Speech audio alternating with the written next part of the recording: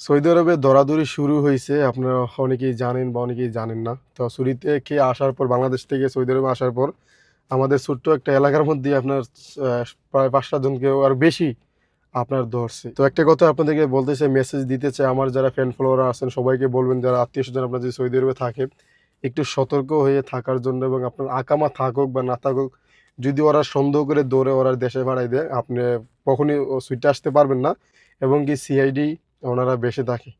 তো যার জন্য আমরা সবাই সাবধানে থাকবো। আর যারা বিশেষ করে গাড়ি দিয়ে ভাড়া মারেন, প্যাসেঞ্জার এর ভাড়া এখন না মারাটা এমনই কি জরুরি, যদি আপনার মান্থলি ভাড়া থাকে মাদ্রাসা বা চিনা জানা মানুষ থাকে যেখানে আপনার বেশিরভাগ সমস্যা হয়, এখানে আপনি যাওয়ার কোনো দরকার নাই। ছোটোখাটো ইয়ার মধ্যে হলে ভাড়া মারতে হবে, কারণ তা আপনার তো চলতে হবে।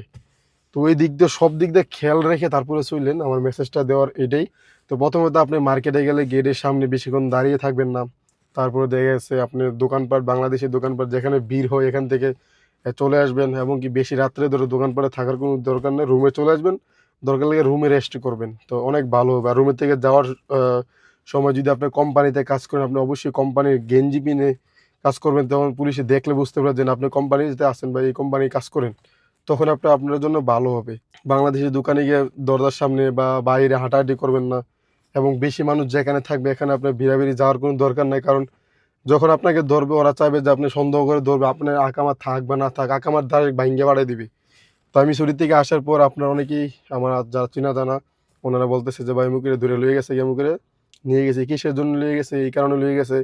এবং কি বিশেষ করে যারা সৌদি আরবে অনেকে গাড়ি দু, বাসা বাড়ি ফ্লোর টাইলস দু, আপনার কান্দের মধ্যে একটা ঝাড়ু বা ওয়াইফাই লিয়ে ঘোরাঘুরি করে, তারা তো এখন ভাই আপনার বাইরেবেন না, কারণ এখন সমস্যা।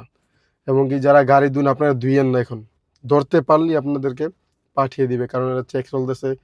তো বিশেষ করে যারা সৌদি আরবে থাকেন, রিয়াদে বা মক্কাতে মদিনাতে যেনই থাকেন না কেন, আপনারা সবাই সতর্ক থাকবেন। তো আমার ভিডিওটা বানানো এইটাই।